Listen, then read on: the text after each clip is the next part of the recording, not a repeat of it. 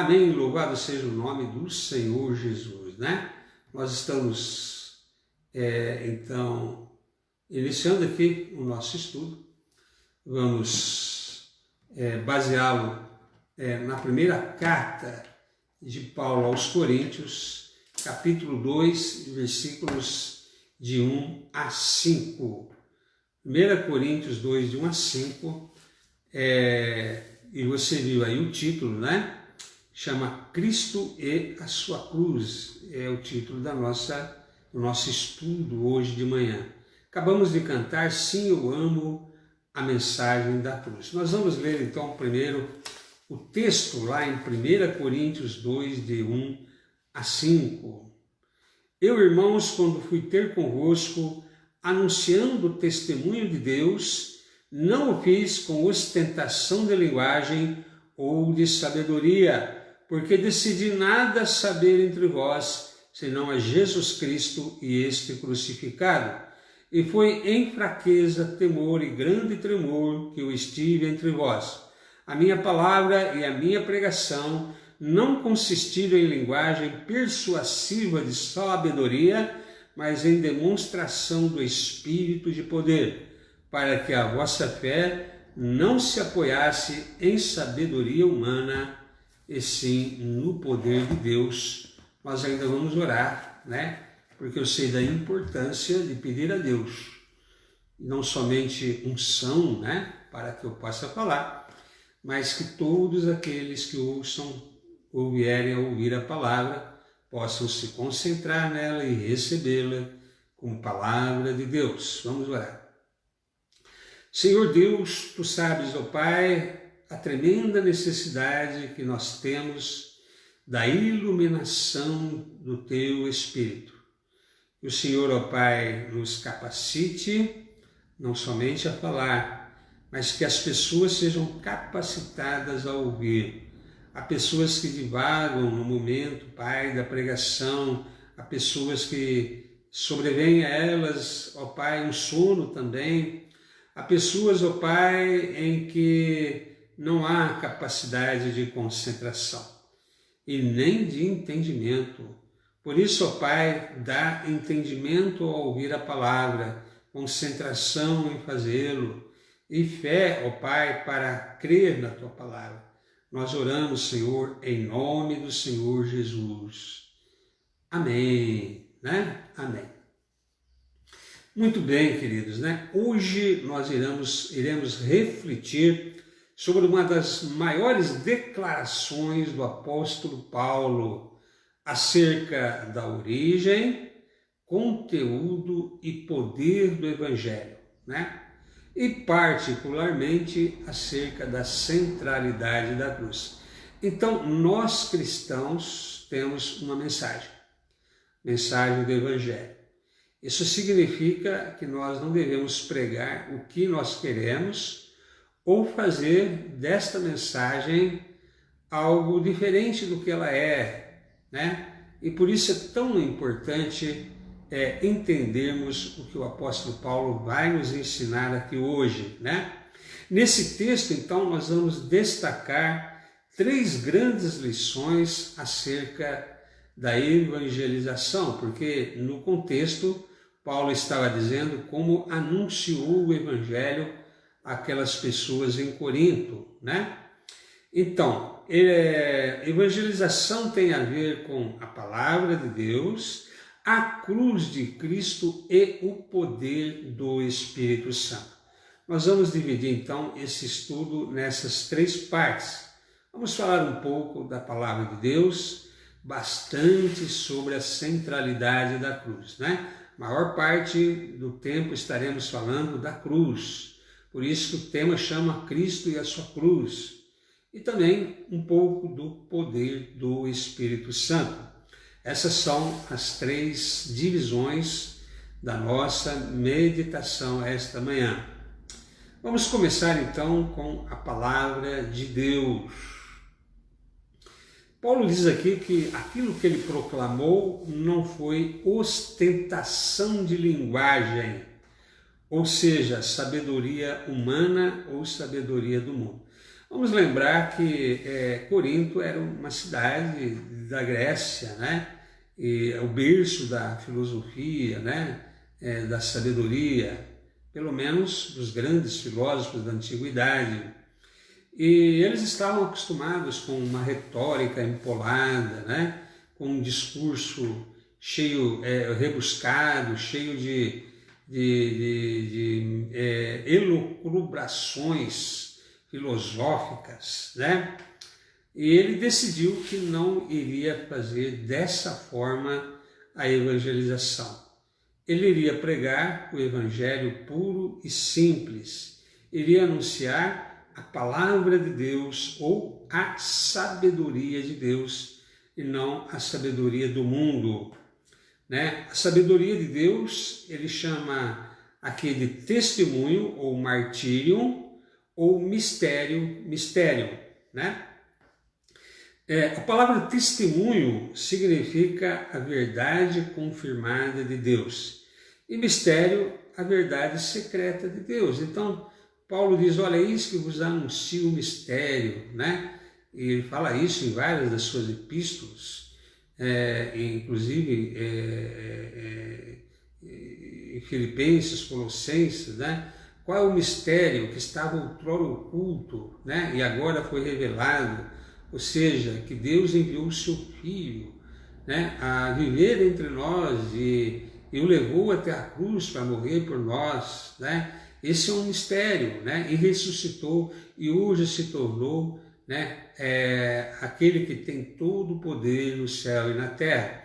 Porque essa é a mensagem do Evangelho, não temos direito a pregar outra. E o martírio é a verdade confirmada, ou seja, quando a anunciamos, né? E pagamos o preço por anunciá-la. Então, aqui é que deve começar a evangelização de verdade. Nós não inventamos nossa mensagem, né? As pessoas se acham que deve colorir a mensagem do Evangelho ou omitir, né, certas coisas porque ofenderiam as pessoas ou que as pessoas não gostam de ouvir a respeito dessas coisas, né? Não abordamos as pessoas com nossas próprias especulações humanas. O objetivo não é fazer a pessoa gostar do Evangelho ou gostar da igreja, atrair as pessoas para a igreja, né, com uma mensagem que elas venham a gostar, né? E incrível que há pessoas que oram assim, né? Que o pastor traga uma mensagem que venha ao encontro das nossas necessidades, né? Não, o pastor traz uma mensagem que venha da parte de Deus, né? Até porque eu mesmo não sei quais são as minhas necessidades, quanto mais as suas, mas Deus sabe aquilo que precisamos, né? Então nós somos portadores da palavra de Deus, né? Encarregados do Evangelho de Deus, somos mordomos dos segredos revelados de Deus, né? Desse mistério que outrora era oculto e agora é anunciado, né? Até mesmo com risco de morte, de risco de martírio, né? Pregado com toda a convicção, pregado com toda a certeza do que está se anunciando, sob o risco de ser preso e ser morto. Só alguém que crê firmemente na mensagem do Evangelho está disposto a ir à prisão e à morte, né? Porque é a verdade. Se é algo inventado, se é algo que se anuncia, né? E que é apenas para que as pessoas se agradem, uma linguagem empolada, bonitinha, mas mentirosa, ninguém está disposto a morrer por esta palavra. Por isso que tem essa característica, a palavra de Deus, né? Então, o que Paulo transmitia era compatível com a sua mensagem, o Evangelho puro e simples. Também quanto ao conteúdo, né? Ele abriu mão da orgulhosa sabedoria humana, submetendo humildemente, ao invés disso, a palavra de Deus acerca de Cristo, né? Decidi nada saber entre vós, a não ser Cristo Jesus e este crucificado. Ou seja, a mensagem que eu tenho a dar a vocês é a mensagem do sacrifício de Jesus na cruz, né? Quanto a esta mensagem, então, ele abriu mão da orgulhosa retórica humana para basear-se humildemente no poder do Espírito Santo, né? Ele fala isso também nos versículos 3 a 5, para que a vossa fé não se baseasse em sabedoria humana, mas no poder do Espírito Santo. Então, não há outra maneira de fazer, não há outra forma, não devemos colorir, facilitar, embelezar, pelo menos achamos que assim o fazemos, a mensagem do Evangelho. Tem que ser pregado na sua inteireza, na sua crueza, na sua beleza, né? Então, ele não está aqui abdicando de substância doutrinária, nem de argumento racional, mas está apenas abrindo mão da sabedoria e da retórica do mundo.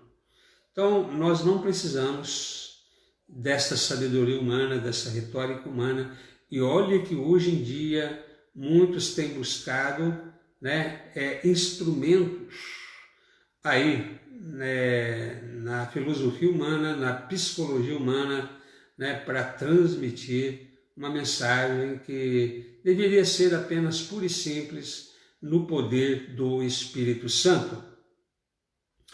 Então, as pessoas nunca irão crer, a não ser que o Espírito Santo as ilumine.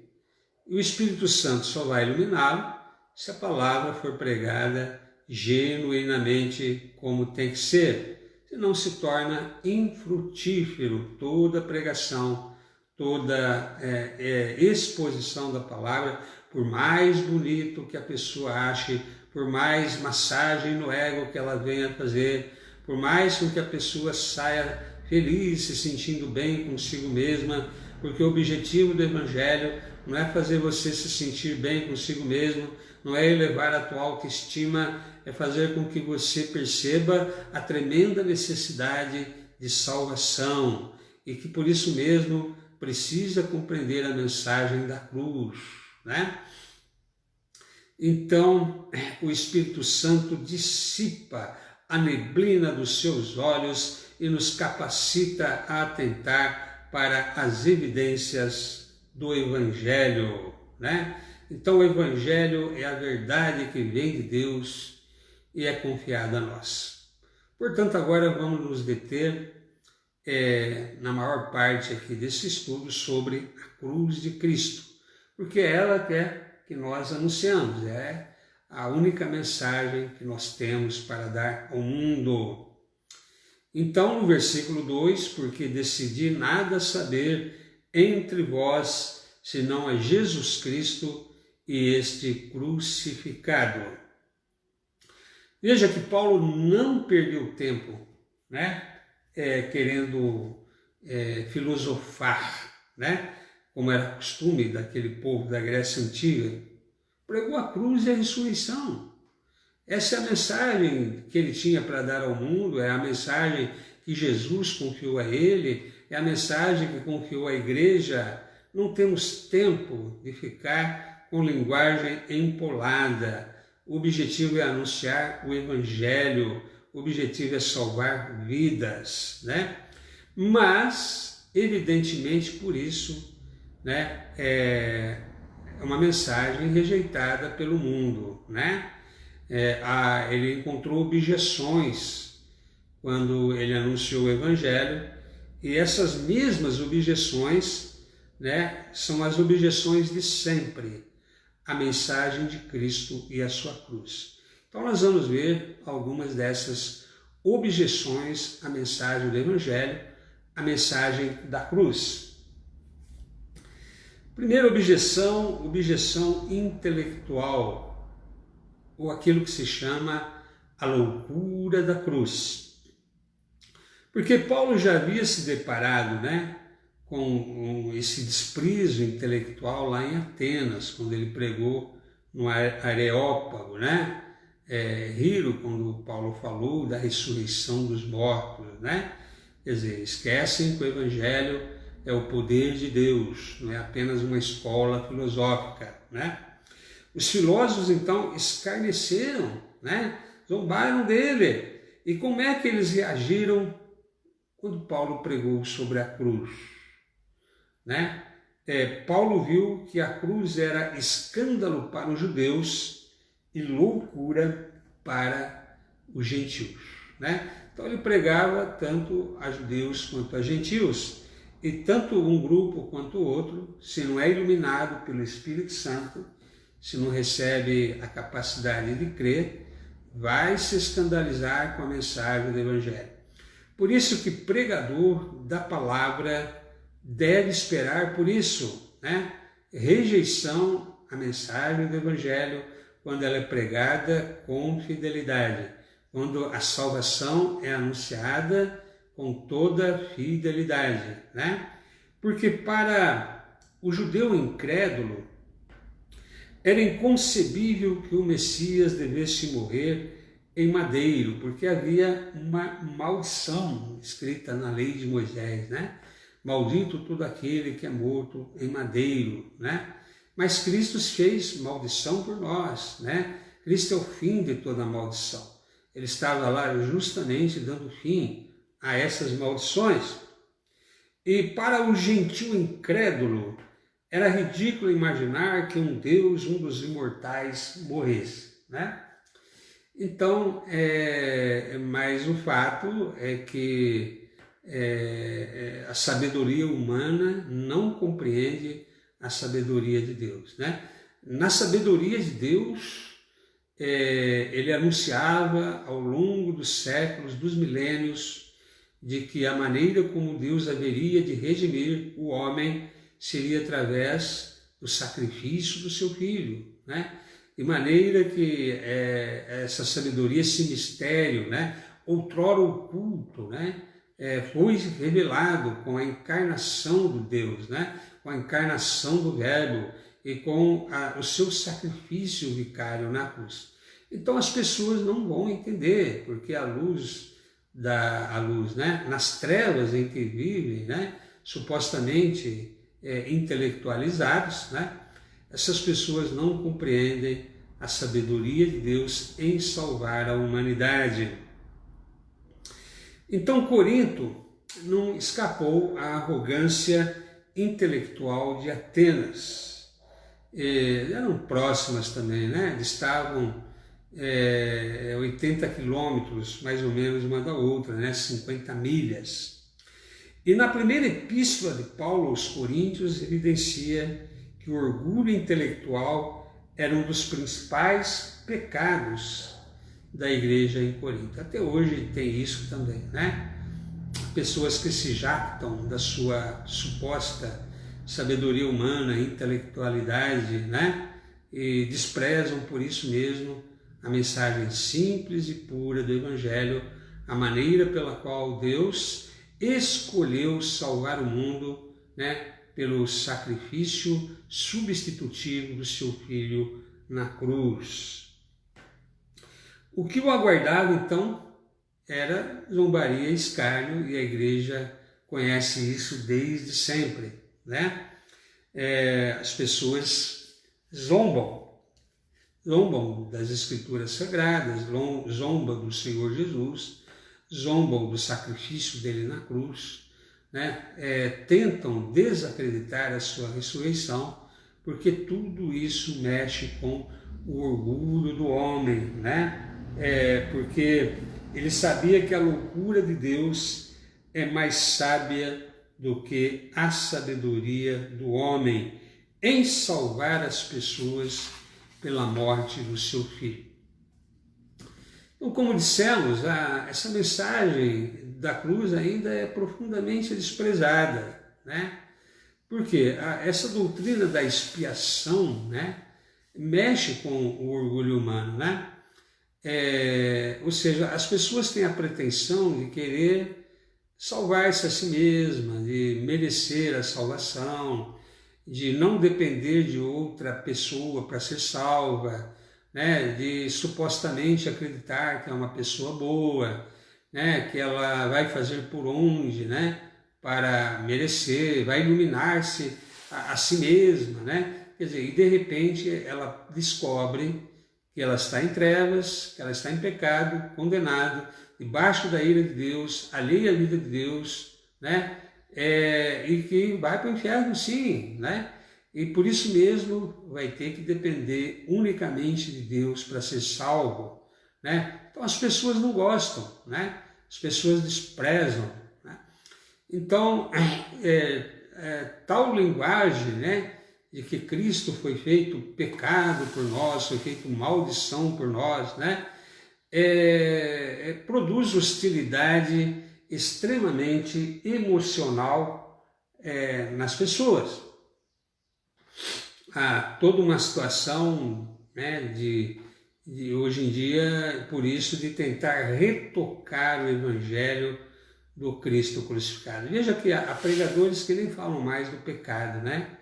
Não pregam mais sobre o inferno, não pregam mais sobre a vida de santificação, não pregam mais sobre a volta de Cristo, sobre a ira de Deus, sobre os que não creram, né? Não pregam mais o julgamento final, né? Elas trazem uma mensagem de autoajuda, né? Para que as pessoas não se sintam, né, acabrunhadas na igreja, tristes, né? As pessoas têm que sair alegres da igreja, né? Tem que haver uma massagem no ego, né? Então, hoje em dia tentam retocar o Evangelho de Cristo, né? De eliminar seus aspectos que causam mais objeções, né? Tentar adaptá-lo ao gosto dos sensíveis paladares humanos. Foi por esta razão, né, que Paulo preferiu optar pela fidelidade ao Evangelho do que pela popularidade. Veja então que pregador ou qualquer cristão que visar popularidade entre os homens, ele não vai pregar aquilo que os homens detestam, que é a mensagem da cruz, né? Porque o nosso orgulho é ferido ali. Né? A nossa pretensão humana de sermos alguma coisa é ferida ali. Né? Precisamos pensar a respeito de nós mesmos, o quão boas pessoas nós somos, e a mensagem do Evangelho revela o quão pecadores nós somos. Né? Então, o verdadeiro pregador da palavra nunca será alguém popular, né? Até uma advertência de Jesus sobre isso, né? Ai de vós quando todos vos elogiarem, né? Por quê? Porque está pregando aquilo que as pessoas querem ouvir, quer receber tapinho nas costas, né? E quando na verdade Jesus falou, olha, não se admire se o mundo vos odeia, porque ele odiou primeiramente a mim. Se perseguiram a mim, perseguirão a vós. Mas a mensagem é essa, precisa ser pregada, anunciada. Haverá rejeição, haverá desprezo, haverá toda uma sorte de perseguições, mas as pessoas precisam saber da mensagem do Evangelho. A segunda objeção, perdão, eu tenho renite, viu, irmãos? Não vamos pensar besteira aí, né? Nos seus corações. A segunda objeção religiosa ou a exclusividade do Evangelho, né? Porque o Evangelho ele é exclusivo, né? Por exemplo, se Paulo já tinha achado Atenas cheia de ídolos, e Atenas era cheia de ídolos, né? Lucas, em Atos, registra a revolta de Paulo com a idolatria da cidade, né? Você vê, uma cidade supostamente de pessoas intelectuais, né? De pessoas filósofas, né? Que preocupavam-se com a sabedoria, né? No entanto, tinha um ídolo para cada dia do ano. Onde quer que os exércitos de Alexandre o Grande ia, trazia uma imagem do país onde ia, quer dizer, apesar da suposta sabedoria humana, era um povo que vivia em trevas, né? Trevas espirituais. E é pouco provável que ele tenha achado as pessoas de Corinto menos idólatras, né? Porque a cidade de Corinto tinha pelo menos 2 dúzias de templos, né? E cada um dedicado a uma divindade diferente. Quer dizer, talvez um pouco menos que Atenas, mas igualmente toda envolvida com idolatria, né? E por trás da cidade ainda, inclusive, né, ergue-se a rochosa Acrocorinto, onde existiu um dia o templo de Afrodite, né? Então, com certeza, se ele achou os atenienses acentuadamente religiosos, com certeza pensou mesmo sobre Corinto, né? Então eles adoravam muitos deuses que toleravam uns aos outros em amigável coexistência. Só que a mensagem do Evangelho, né, é uma mensagem exclusivista. Não há Deus, né, a não ser um, né? Não terás outros deuses diante de mim. Então, se Paulo tivesse anunciado que Jesus era só mais um Deus, né, não teria problema nenhum. Eles acrescentariam mais um Deus ali no seu panteão, até com todo prazer. Em Atenas tinha uma imagem, um altar ao Deus desconhecido, né, com medo que eles tinham de desagradar algum Deus. Veja que, apesar da suposta sabedoria humana, né, eles viviam profundamente nas trevas da idolatria. Então, a mensagem do Evangelho é clara.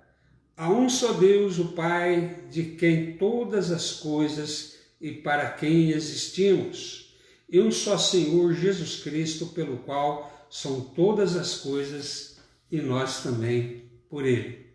Essa é a mensagem do Evangelho, não se deve mudar.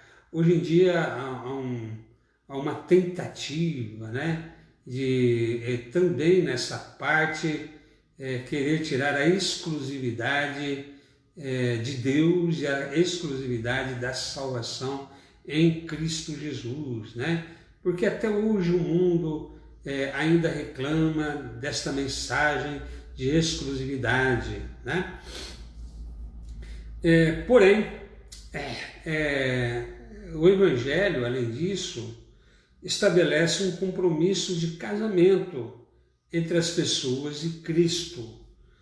Por isso Paulo sentia uma espécie de zelo santo. Eu vos tenho preparado para vos apresentar como virgem pura a um só esposo, que é Cristo. Ou seja, exclusividade, né? Nós passamos a pertencer a Deus, somos descritos como a noiva do Senhor Jesus e devemos nos manter nesta pureza para o casamento um dia de Cristo com a sua igreja, né? Então, não há como ter outros deuses, né? Porque assim o fazendo, nós decaímos da compreensão a respeito do Evangelho. Por isso, Paulo, em suas cartas, a irmã escreveu 2, né? Pelo menos as que temos conhecimento, né? Há alguns que dizem que é uma 3ª carta aos Coríntios. Ele diz: mas receio que, assim como a serpente enganou a Eva com a sua astúcia, assim também sejam corrompidos as vossas mentes e se apartem da simplicidade e purezas devido a Cristo. Então, há toda uma situação em que, quando saímos da simplicidade e pureza do Evangelho, as nossas mentes podem ser corrompidas, né? Então, Jesus Cristo não iria dividir a sua glória com Apolo ou Afrodite, né? Ou qualquer outro que fosse. A religião, a situação religiosa do mundo não mudou muito desde aqueles dias. Porque se os velhos deuses da Grécia e de Roma, né, já foram desacreditados e descartados, no lugar deles surgiram outros ídolos, né? O ser humano vive criando novos ídolos, assim como também ressurgiram outras crenças antigas, né? Aquilo que se chama hoje em dia de neopaganismo, né? As pessoas que não têm a iluminação do Evangelho estão voltando ao paganismo, à feitiçaria, à idolatria, né? Veja que, na verdade, o futuro anticristo, né, vai querer uma religião universal, única, onde somente ele será adorado, né? Então, por isso que hoje em dia as pessoas gostam também de uma espécie de sincretismo fácil, né? Uma mistura do que há em todas as religiões, né? Justamente pelos meios de comunicações hoje favorecer, as pessoas vão pegando um pouquinho dessa religião, um pouquinho daquela, tentando construir aí um remendo, né, de crenças para si mesmo, né? Só que o Evangelho não se encaixa nisso, né?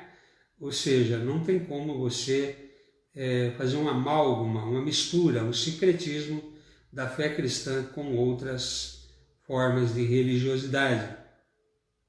Então nós não podemos abrir mão, né, nem da supremacia, nem da unicidade de Jesus, o Cristo, tá?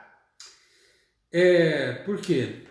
Não existe ninguém igual a ele na sua encarnação, na sua redenção, na sua ressurreição. Não tem nada, não tem paralelo no mundo inteiro algo semelhante a isso ou a ele, né? Porque ele é um único mesmo mediador entre Deus e os homens. Então muitos consideram essa afirmação de exclusividade como intoleravelmente intolerante, né? Os cristãos são intolerantes, né? Porque afirmam que salvação só há em Cristo Jesus.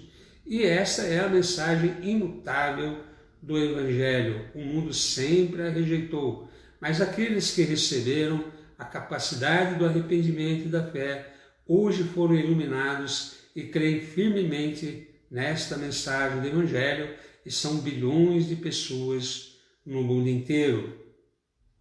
Então, por amor à verdade, o Evangelho é a verdade, né? Nós temos que manter a mensagem do Evangelho, por mais ofensa que possa causar as pessoas que ouvem, né? Ainda mais hoje em dia, com o famoso politicamente correto, que nada mais é do que uma tentativa de censura, de calar a boca daqueles que não pensam igualzinho, né? Daqueles que saem fora da caixinha, né? Que não querem se harmonizar com o pensamento único, muito pelo contrário, né? Nós ainda continuamos a afirmar a verdade do Evangelho. Então, terceira objeção pessoal, né? Ou a humilhação do orgulho humano. Porque todas as religiões, com exceção do cristianismo, têm alguma coisa em comum, ou seja, a arrogante ideia de que nós somos capazes, né? Se não de conquistar a nossa própria salvação, pelo menos de contribuir substancialmente por ela, né? É a mensagem igual de todas as religiões, né? O ser humano pode salvar-se a si mesmo ou contribuir de uma forma significativa e substancial pela salvação. Mas se esquecem que foi Cristo quem morreu, né? Ou seja, a salvação é a exclusividade do Senhor Jesus. Foi Ele que pagou o preço da minha salvação. Não tem participação nenhuma minha ali, né? Por isso que o Evangelho é de graça, né? Não há uma contribuição da minha parte. Então, essa doutrina da salvação, ou suposta salvação conquistada pelo homem, engorda a autoestima dos seres humanos. E os coríntios não eram uma exceção, né? Era um povo orgulhoso. Eles tinham algumas coisas, né, que se orgulhavam da própria cidade de Corinto, né? Ela tinha sido destruída alguns séculos antes, mas ela foi reconstruída. Olha só por Júlio César no ano 46 a.C., né? Orgulhavam-se também do que o imperador Augusto, né? Primeiro imperador de Roma, tinha levado Corinto acima da própria cidade de Atenas, né? Tornando a capital da nova província da Acaia, né? Acaia era uma dessas regiões da Grécia, assim como Macedônia, né? Uma Jônia também. Tinha orgulho do seu comércio também, porque ele era os donos ali do mar naquela época, né? Da sua afluência, sua cultura, seus jogos, seu zelo religioso. Quer dizer, era uma cidade inchada, né? Cheia de si mesmo, pretensiosa, né? Profundamente acreditando ser uma cidade maravilhosa. Só que Paulo afirmou a eles que nem a sua sabedoria, nem a sua opulência, nem sua religião poderiam salvá-los. Vocês não percebem que vocês estão perdidos, sem Deus, em pecados, debaixo da ira de Deus, né?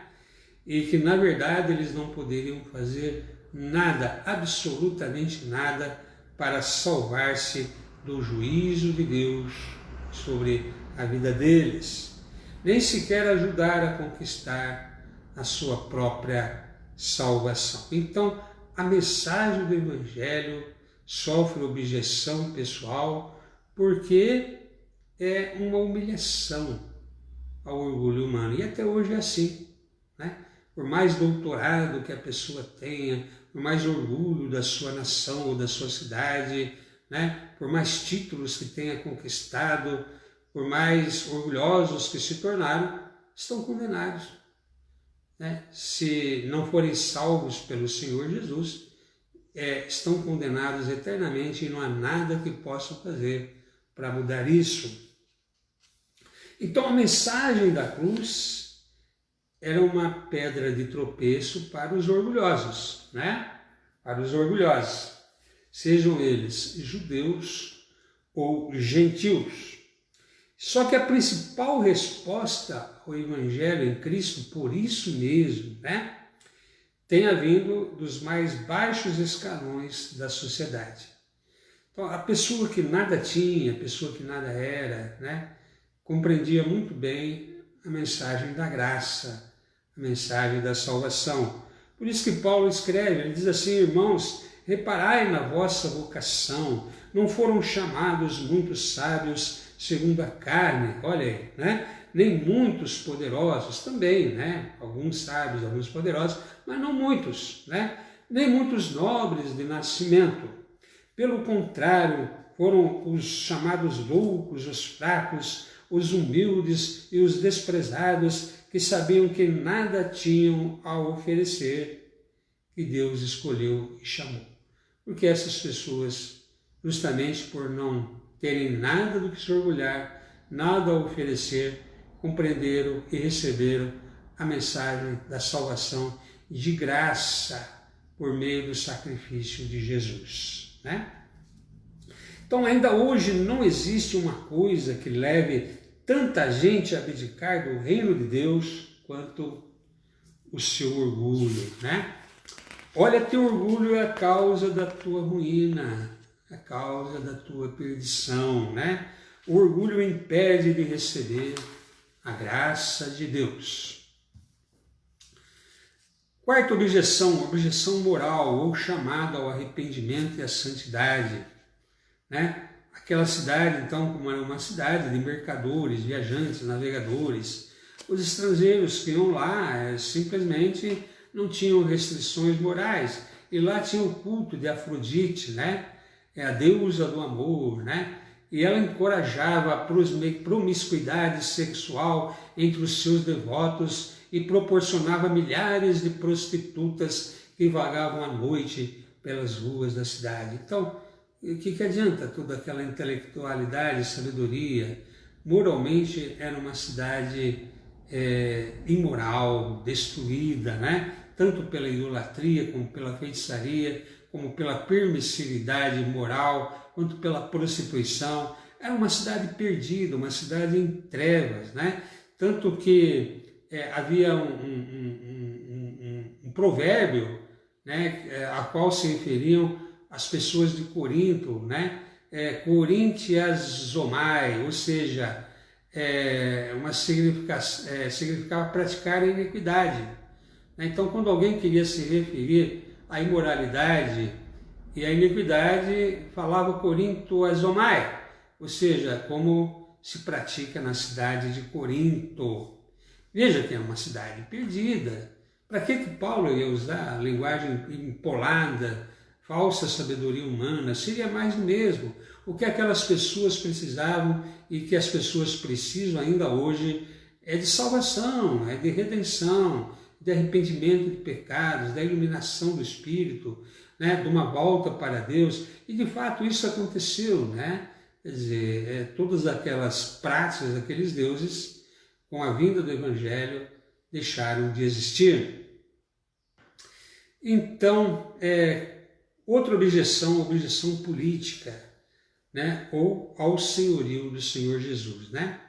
Porque o Império Romano tinha, muitas vezes, né, incluído a adoração do imperador como, né, culto a ser obedecido por todos aqueles povos escravizados, né? Diziam que César era Senhor, né? Senhor significa dono do universo, Deus do universo. E os cristãos sabem que Jesus é que assumiu toda a autoridade no céu e na terra, né? Até uma apologética de Tertuliano, né? Um famoso advogado da época, que justamente contesta essa pretensão de César ser o Senhor, né? Então, os cristãos jamais iriam proclamar que César era Senhor, daí a perseguição política, né? Porque ao dizer que Jesus estava vivo e que era rei, né, isso parecia uma sedição, né? Uma revolta contra o imperador de Roma. Porque veja que Jesus foi condenado por isso, né? Por declarar ser um rei, né? Logo tu é rei, diz Pilatos, né? E uma das condenações aí foi aplicada. Paulo e Silas também foram acusados em Filipos, né? De propagando costumes que não podemos receber nem praticar porque nós somos romanos, né? Ou então em Tessalônica, né? Que disseram que eles estavam procedendo contra os decretos de César, afirmando Jesus ser outro rei. Então, a política sempre interferindo, ou tentando impedir a propagação do Evangelho, né? Porque os reis da terra se acham, né? Gostam de ter o domínio, gostam de ter as pessoas sobre o seu domínio, mas todos eles vão ter que se dobrar um dia, né? Toda língua confessará, todo joelho se dobrará e vai reconhecer que o Senhor Jesus é Senhor, né? Então, eram falsas essas acusações, sim ou não? Né? Eram falsas e verdadeiras também, porque ao proclamar que Jesus é o Senhor do universo e que anunciando o reino de Deus, né? Então é verdadeiro, né? É o que eles pregavam, né? Então, só que não havia um sentido de desobediência às leis de Roma ou aos decretos de César, a não ser esse, né? De adoração do imperador ou de submeter-se à tirania, né? Então esse reino de Cristo se espalharia de fato, como espalhou. Roma terminou, né? O Império Otomano terminou, o Império Russo Soviético terminou, o Império Mongol terminou, o Império Árabe, né? Abássida, né? Terminou, né? O Império Britânico terminou, os impérios vêm e caem. O reino de Cristo continua até hoje, né? E continuará pelos séculos dos séculos, porque Ele é Senhor do Senhor e Rei dos reis. Vamos falar então sobre o poder do Espírito Santo para ir terminando, né? Essa live já está um pouco mais do que normal. Interessante que se alguns cristãos de hoje ouvissem Paulo falar, né, que pregou o evangelho em fraqueza, né, haveriam aqueles que haveriam de dizer: você não tem nada que ficar nervoso ou com medo, anime-se, né? Você não sabe o que é ser cheio do Espírito Santo, né? Você tem que ser forte, ousado e corajoso. Mas Paulo sentia sim, receio de anunciar o Evangelho num lugar onde sabia que seria perseguido, é normal até, né? E apesar dele ser também intelectualmente bem capacitado, né? Uma forte personalidade, e também tinha aquele aspecto de ser fisicamente fraco e emocionalmente vulnerável. Diz a tradição que a sua aparência não era nada atraente, né? Conforme os seus críticos em suas cartas as cartas de Paulo eram graves e fortes, mas a presença pessoal dele era fraca, né? E a palavra desprezível, quer dizer, então era essa imagem que as pessoas tinham de Paulo, né? Ou seja, a gente tem uma imagem de Paulo, né, porque era o apóstolo Paulo, conquistou muitas pessoas para Cristo, mas as pessoas enxergavam Paulo assim, uma aparência física desprezível, uma palavra desprezível, né? E ele diz que foi em muita fraqueza, que ele pregou o Evangelho, até descobrir que o poder de Deus se aperfeiçoa quando ele é fraco, né? Quando ele é fraco, porque aí ele não ia depender da sabedoria de palavras humanas, como ele disse aqui, mais um motivo para ele não anunciar o Evangelho com sabedoria humana, ostentação de linguagem, mas no poder do Espírito Santo, anunciando Cristo e a cruz, né? Então, ainda ele falou da sua enfermidade, um espinho na carne, né? Parece ter afetado a sua visão, até desfigurando, né? Quer dizer, há toda uma situação pela qual, para Paulo, era um constrangimento, né? Ter que anunciar o Evangelho com aquelas dificuldades todas. Então, sabia da impopularidade do Evangelho, da oposição que se levantaria em Corinto, né? Do custo de ser fiel a Jesus, mas em que ele depositou a sua confiança, já que tinha todas essas coisas contra si, né? Ele dá a resposta nesse texto que nós lemos, né? 1 Coríntios 2, 4 a 5. Ele confiava na poderosa demonstração que o Espírito Santo dá à palavra, né? Afinal, somente o Espírito Santo pode convencer as pessoas dos seus pecados e necessidades. Porque se o Espírito Santo não convencer uma pessoa do seu pecado, nada poderá fazê-lo. Então era nisso que ele confiava quando ministrava a palavra. O Espírito há de convencer as pessoas, não é a sabedoria humana, né? De abrir os olhos das pessoas para enxergarem a verdade do Cristo crucificado, dobrar sua orgulhosa vontade e submeter-se a Jesus, libertá-las a fim de crerem em Jesus e dar a essas pessoas um novo nascimento. Ou seja, tudo é obra do Espírito Santo. Então, o que fazia Paulo ter a confiança de anunciar o Evangelho, apesar das limitações pessoais, né, físicas inclusive, é o poder do Espírito Santo, né? Aplicando a mensagem do Evangelho na vida das pessoas que a ouvirem, né? Então, isso que ele chama de poderosa demonstração que o Espírito dá às palavras ditas em fraqueza humana. Em ambas as cartas existentes, o apóstolo enfatiza que é através da fraqueza humana que melhor opera o poder divino. Porque assim o poder não se apoia na suposta sabedoria humana, na suposta carisma pessoal, né, na suposta inteligência, né, na nossa capacidade de nos fazermos, né, admiráveis, muito pelo contrário, é justamente na nossa fraqueza, nas nossas deficiências e dificuldades, para que o poder, né, seja de Deus e a mensagem seja apenas operada pelo Espírito de Deus. Por quê?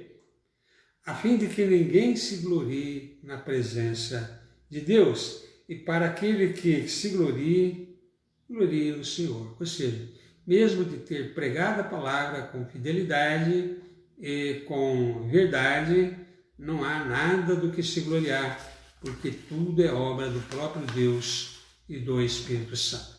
Que Deus abençoe a vida de todos, um bom domingo a todos, né? À noite tem mais. Vamos terminar aqui com uma oração.